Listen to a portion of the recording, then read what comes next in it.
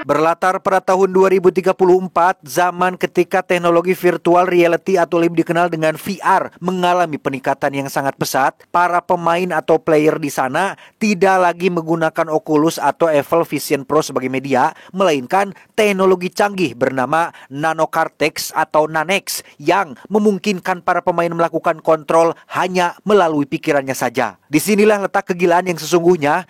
Jika dalam dunia virtual atau metaverse zaman dulu para pemain menggunakan representasi digital dari avatar 2 dimensi, 3 dimensi, atau yang lebih canggih lagi yaitu avatar VR. Nah, di zaman ini para player menggunakan manusia asli sebagai avatar mereka di dunia virtual. Ya, Anda tidak salah dengar. Teknologi Nanex yang disebutkan tadi adalah teknologi nanosel yang ditanam antara otak player dan avatar dalam satu jaringan sehingga menciptakan dunia virtual yang disebut dengan society. Mungkin di antara teman-teman rebahaners ada yang bertanya, Bang, kalau avatarnya manusia, di mana mereka berada? Ini legal nggak, Bang John? Orang-orang yang jadi avatar sukarela atau dibayar? Nah, dunia virtual society adalah sebuah perkotaan atau komplek nyata, real, jelas keberadaannya, yang sengaja dibangun untuk memenuhi kebutuhan para pemain, dijaga ketat oleh ratusan tentara yang membatasi akses masuk antara orang biasa dan relawan. Dalam hal ini, avatarnya termasuk pemerintah yang mendukung penuh kegilaan ini. Sejak diresmikannya, tak sedikit para konglomerat ikut join dan menghabiskan waktu di dunia society. Setelah kontrak dibuat, para pemain bebas melakukan atau berfantasi tanpa adanya batasan. Sedangkan untuk para avatar, mereka kebanyakan berasal dari kalangan kurang mampu yang sudah mentok dalam mencari pekerjaan, sehingga dengan bayaran yang tidak main-main, banyak dari mereka yang terjerumus dan membuat kontrak dengan pemilik society meski resikonya harus dikendalikan oleh orang lain. Itulah sedikit penjelasan dari film berjudul Gamer tahun 2009, dibintangi oleh aktor papan atas yaitu Om Gerard Butler. Film ini akan terasa sangat fun, tapi juga di saat bersamaan terasa brutal dan menegangkan. Maka dari itu, langsung saja pasang handsfree, simetriskan prosesor bahan, kencangkan celana dalam orang di samping Anda. Selamat menonton dan cekicrot.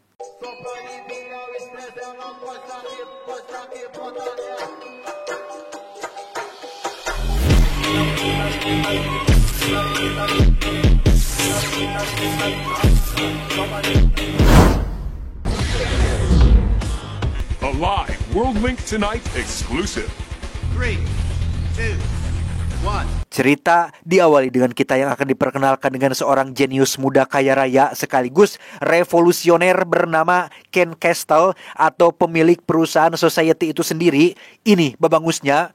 Kebetulan hari ini Ken tidak pakai tot, diundang live dalam salah satu stasiun televisi terkenal di Amerika, di mana sang presenter yang bernama Gina sangat dibuat terkesan dengan pencapaian Ken yang sangat luar biasa. A distinct IP address like a Similar, yeah, but control is strictly localized to the parameters of. Selain society, Ken juga punya acara virtual lain yang lebih digemari para sultan, yaitu dunia virtual Slayers. Hampir mirip dengan film Death Race saat kepala penjara mengadakan event balap liar untuk para napi.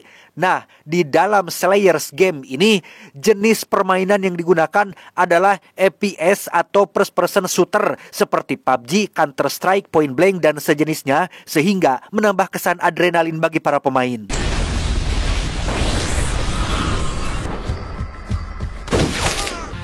blood.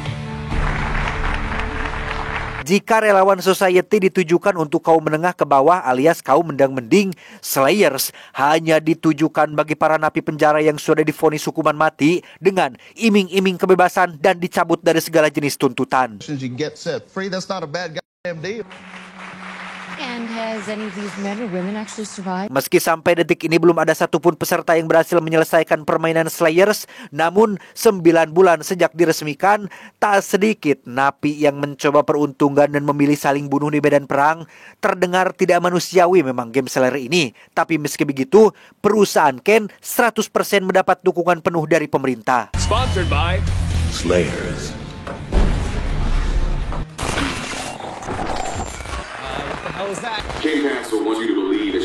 Dan ya, meski sudah mendapat dukungan penuh, ada saja segelintir masyarakat bawah yang menentang keras acara Slayers ini. Mereka yang mengatasnamakan humans adalah segelintir pembelot dari pemerintahan, militer, termasuk orang dalam Slayer itu sendiri yang berusaha menyadarkan masyarakat tentang tujuan Ken membangun semua ini, yaitu hanya ingin memperbudak manusia dengan revolusi berkedok teknologi.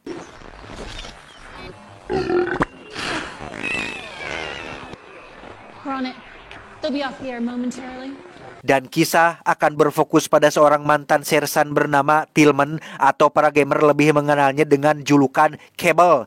Entah kesalahan apa yang membuatnya sampai divonis hukuman mati, tapi saat ini Cable berada pada peringkat teratas sebagai pemain solo player terbaik di dunia Slayers, di mana hal tersebut tentunya tak luput dari seseorang di balik layar yang sudah lihai dalam bermain game FPS.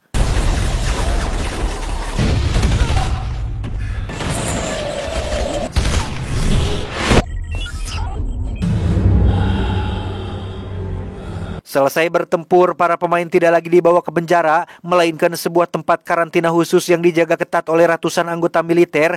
Dan hanya di sini jugalah para napi tidak berhubungan dengan Nanex. Mereka dibiarkan berkeliaran bebas untuk melakukan apa saja selama di karantina, mau itu saling bunuh, saling bacok, adu jotos, adu kaleci, adu muncang, adu roma, adu bitis, dan adu apapun itulah. Bahkan tidak sedikit dari mereka yang mencoba kabur dari tempat ini, meski akhirnya harus berujung pada kematian.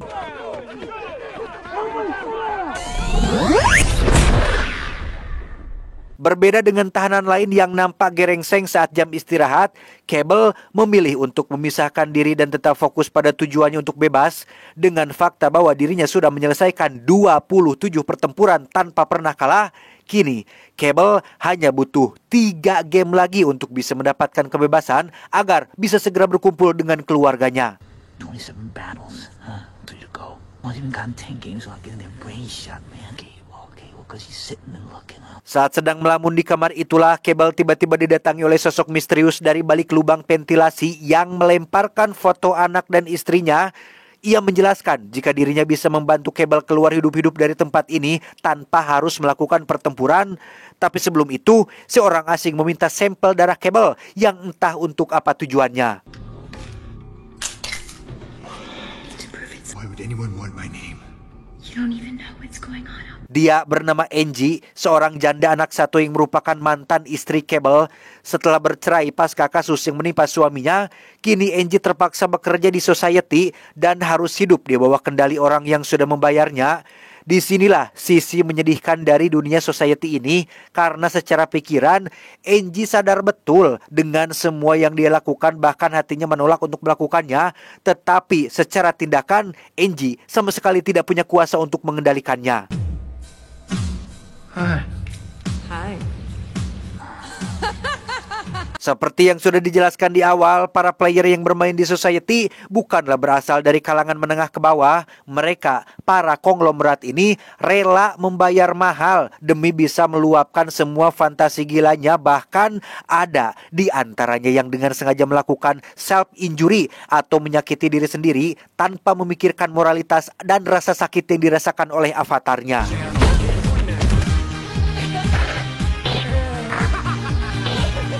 Kembali ke dunia Slayer saat Cable akan melakukan game berikutnya, mereka langsung dikirim ke medan perang untuk melakukan pertempuran. Dengan basic militer yang dimiliki dan skill mumpuni dari orang di balik layar, tak sulit bagi Cable memenangkan pertempuran, sementara napi harus menderita bahkan tewas tidak manusiawi. Para elit global justru sedang hahaha di atas kursi sambil meraup keuntungan yang sangat fantastis dengan menjadikan kegiatan tidak bermoral ini sebagai ajang taruhan.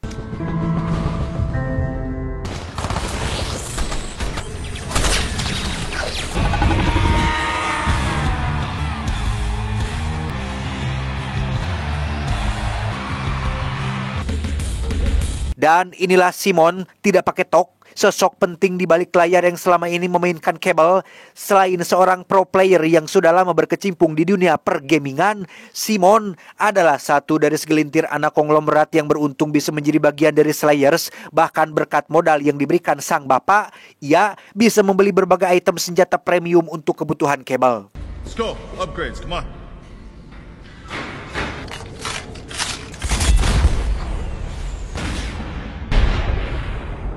Berkat skill bertempur dan karisma yang dimilikinya, kini Cable menjadi sosok idola di dunia Slayers. Bahkan tak sedikit dari fans wanita Simon yang berani membayar mahal untuk membeli Cable demi memuaskan fantasinya. Namun Simon dengan tegas mengatakan jika dirinya tidak akan pernah menjual Cable kepada siapapun. 50 million euros for control of Cable. Cable's not for sale. Thank you. Make it 100. Tak lama, komputer milik Simon kedatangan penyusup yang memperlihatkan rekaman CCTV saat Cable sedang melakukan penembakan. Entah apa maksud si peretas mengirimkannya pada Simon dan siapa orang yang Cable tembak, entahlah. Tapi si peretas mengatakan jika dirinya bisa membantu Simon untuk berbicara langsung dengan Cable. If you want to talk to Cable, we can show you how. If you want to talk to Cable, we can show you how. Menyadari Cable tinggal menyelesaikan 2 game lagi untuk bisa lolos, Ken bermaksud menyabotase permainan dengan mengirim seorang napi bengis bernama Hackman. Ini bebangusnya, selain sama-sama mantan anggota militer, Hackman menjadi satu-satunya napi yang tidak dikendalikan oleh siapapun, alias bebas melakukan apa saja selama di dunia Slayers. Bahkan saat ini, Hackman baru saja membunuh napi tidak berdosa untuk mengganggu mental si Cable. I just killed someone. This is the blood. Look. Strings. So I have fun. Tibalah game kesekian, Cable benar-benar dibuat terkejut saat Simon berhasil melakukan kontak dengannya. Padahal jelas-jelas teknologi Nanex sudah memblokir komunikasi antara player dan pemainnya. Namun karena si peretas sudah memberikan Simon sebuah mod, ia akhirnya bisa menembus keamanan Slayers. Bahkan saking senangnya, Simon melakukan selebrasi yang sebenarnya tidak perlu dilakukan dalam kondisi krusial seperti ini.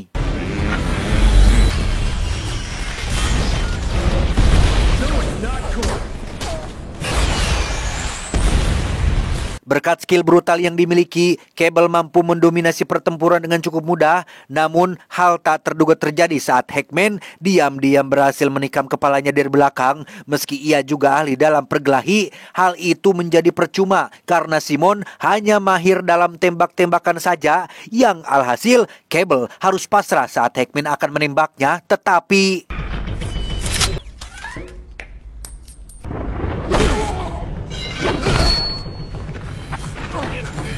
ya, beruntung pihak keamanan berhasil mengamankan Hackman karena ketahuan menyusup. Curiga jika seseorang telah dengan sengaja mengirim Hackman untuk menghabisinya, Cable meminta Simon untuk memutus koneksi mereka berdua. Bukan apa-apa, meski Simon mahir bermain game perang, tetap saja itu hanya sebatas dalam emulator. Sementara di dunia nyata, Cable mampu melakukannya hingga 10 kali lipat lebih baik.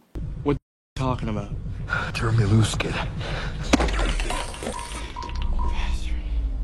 Saat sedang memilih armor baru untuk Cable itulah, Simon kembali dihubungi oleh si peretas yang ternyata adalah ketua dari perkumpulan Humans. Dia bernama kita panggil saja si ketua, menegaskan jika Simon harus segera memutus Nanex dengan Cable sebelum Ken berhasil membunuhnya. Jika Simon menganggap ini hanya sebatas permainan, tidak bagi Ken yang dengan sengaja membuat Cable terikat dengan Nanex agar rahasianya tetap aman. Entah rahasia apa yang Ken sembunyikan dari publik, tetapi Humans akan membongkar semua kebusukan Ken setelah Cable berhasil terbebas.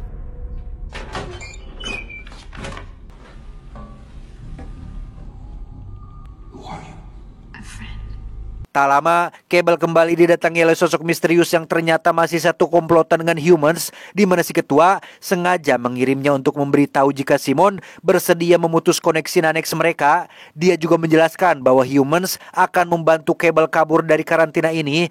Entah apa alasan si ketua ingin membantunya, tapi untuk saat ini, Cable sebisa mungkin harus keluar dari zona pertarungan. Whether or not he's controlling you, you will never reach the safe point. Castle won't allow him. Singkat cerita, hari final battle pun tiba. Sesuai yang dijanjikan oleh si ketua, kini Cable sudah terlepas dari Nanex dan bisa bertindak sesuai keinginannya sendiri. Langkah pertama yang Cable lakukan adalah pergi ke area parkir dan mencuri salah satu mobil untuk dirinya bisa kabur. Di mana hal tak terduga terjadi saat Hackman kembali muncul dan berusaha membunuhnya, sehingga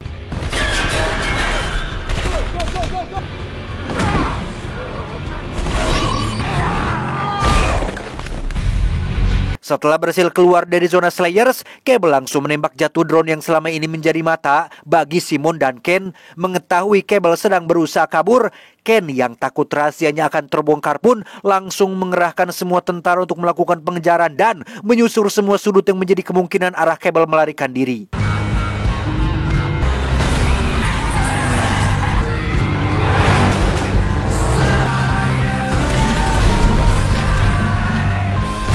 Lolos dari kejaran para tentara, kini Cable tinggal beberapa meter lagi untuk benar-benar keluar dari zona Slayers, tetapi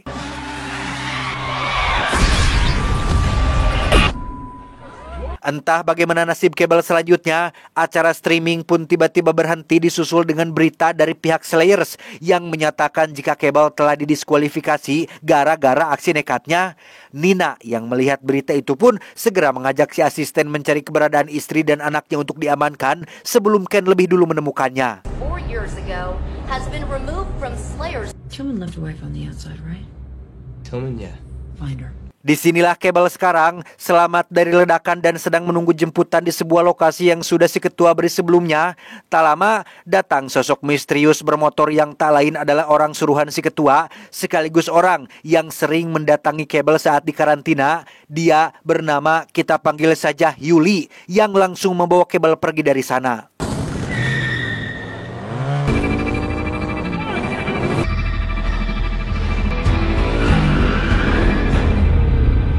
Dan inilah markas Humans berada di bawah tanah yang tak seorang pun mengetahuinya. Si ketua menjelaskan jika alasan mereka mengambil sampel darahnya adalah untuk menembus keamanan Nanex karena DNA yang sudah terpasang sel Nanex secara otomatis akan merubah struktur sel otak dan membentuk sebuah IP address sehingga si ketua bisa menanam mod yang sebelumnya diberikan pada Simon untuk melepas akses masuk dari pihak Slayer. We need your DNA. All right. And why me? Because Castle's afraid of you, man. It ain't just the game, Tim. Tak hanya itu saja, si ketua juga mengetahui tentang Angie, istrinya yang saat ini bekerja di Society, sehingga dengan bantuan beliau, Cable akhirnya bisa menyusup masuk dan melihat langsung seperti apa kegilaan di dunia Society ini, di mana Angie sendiri saat ini sedang dibawa oleh si pemain untuk melakukan kencan buta dengan player lain dan baru saja masuk ke dalam salah satu kamar hotel.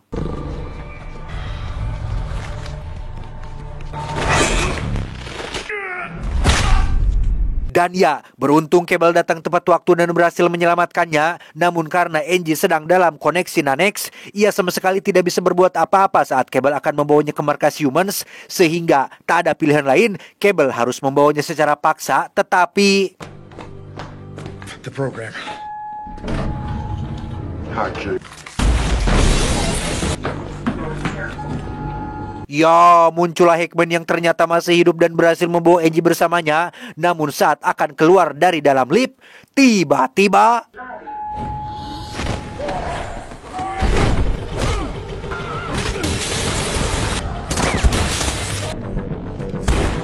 setelah menghabisi Hickman dan anak buah Ken yang ada di luar, mereka kembali diburu oleh pasukan gelombang kedua yang mengejarnya sampai ke dalam klub. Beruntung Cable berhasil lolos setelah kabur lewat jalur evakuasi dan langsung disambut oleh Gina yang sudah lebih dulu tiba di Society. I can get you out of here. Gina pun menjelaskan jika dirinya masih bagian dari Humans yang menyamar sebagai jurnalis untuk mengumpulkan semua informasi tentang Ken dan membebaskan Cable dari Slayer. Meski sampai saat ini ia belum tahu alasan Humans membutuhkannya, tapi setibanya di markas, mereka langsung mengambil sampel DNA Angie untuk melepas kontrol Nanex dari Society. We can disable their ability to transmit and receive. The nanocells replace the cells they replicate.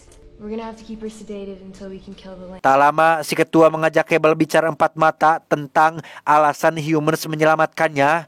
Jauh sebelum Society didirikan, Ken bekerja sama dengan pihak militer untuk mengembangkan teknologi sel Nanex. Dan tebak, siapa kelinci percobaan pertama mereka? Ya, itu adalah Cable dan satu rekannya bernama Kopral Travis yang dinyatakan tewas terbunuh setelah 9 minggu menjalani masa pencucian otak. A new era in human longevity. That's what they told us. You ain't gotta tell me.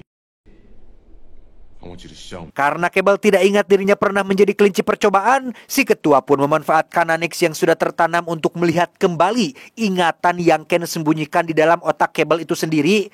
setelah menerjemahkan ingatannya dalam bentuk audio visual, akhirnya diketahui bahwa orang yang telah membunuh Travis tidak lain dan tidak bukan adalah si Ken itu sendiri. You good? Sound like you ever looked that good in the first place.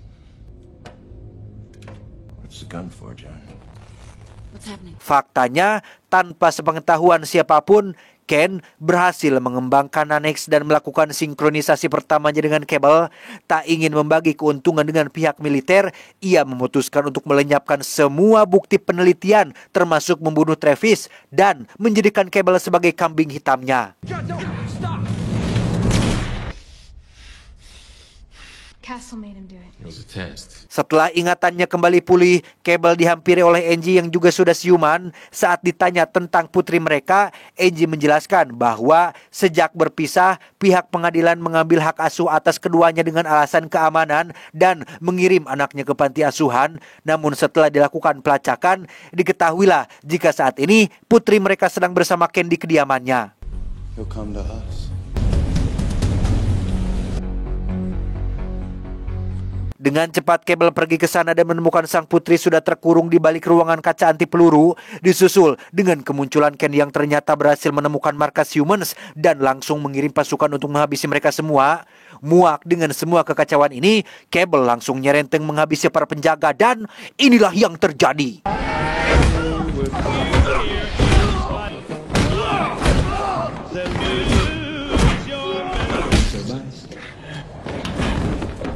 Beres dengan para kroco, Cable dibawa ke sebuah ruangan 3 dimensi yang menjadi tempat penelitiannya selama ini. Ken juga menjelaskan jika selama 1 tahun terakhir, ia sudah merubah 98% otaknya dengan sel Nanex yang membuatnya bisa terhubung dengan semua orang untuk mengetahui di mana saja lokasi Nanex yang sudah dia tanam. Bahkan berkat jejak terakhir Cable lah, ia bisa melacak keberadaan markas humans. Well, mine's different. It's built to sand. Disinilah letak kegilaan yang sesungguhnya. Selain bisa terhubung, Ken juga telah memodifikasi Nanex miliknya untuk bisa memancarkan perintah. Jika player hanya bisa mengirim perintah terhadap avatarnya masing-masing dan si avatar hanya bisa menerima perintah dari si player, nah, Nanex milik Ken mampu mengirim perintah pada semua orang, namun tidak bisa dilakukan secara serentak alias harus satu persatu. Yang dengan kata lain, Ken cukup memikirkan orang lain yang melakukan dan tiba-tiba, For instance.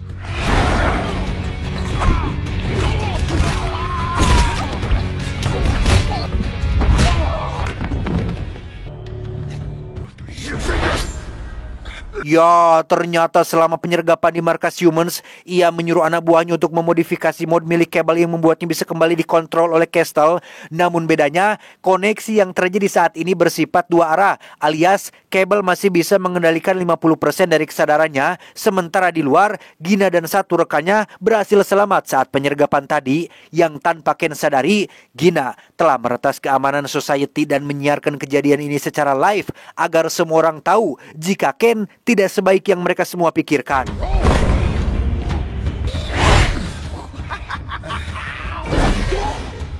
Dengan fakta bahwa Cable berada di bawah kendali Ken, dirinya sama sekali tidak bisa berbuat apa-apa saat anak dan istrinya dibawa ke dalam untuk dieksekusi.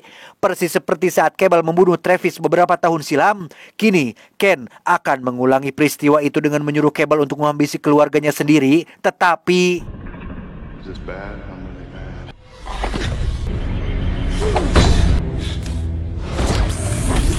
ya, Cable berhasil mengendalikan diri dan berbalik menyerang Ken. Tapi sekali lagi, karena pengaruh Nanex yang begitu kuat, Cable sama sekali tidak bisa menikamnya. Dan kini keadaan malah berbalik lagi. Dengan fakta bahwa tugas Ken hanyalah memikirkan, Cable mulai mempengaruhi pikirannya seolah dia sedang menikam perutnya sendiri. Dan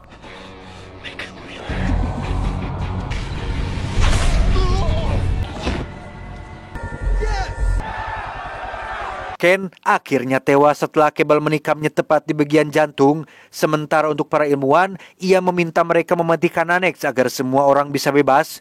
Setelah semua kekacauan selesai, mereka pun bisa berkumpul kembali sebagai keluarga yang utuh dan akan melanjutkan hidup baru bersama orang-orang yang sudah terbebas dari Nanex.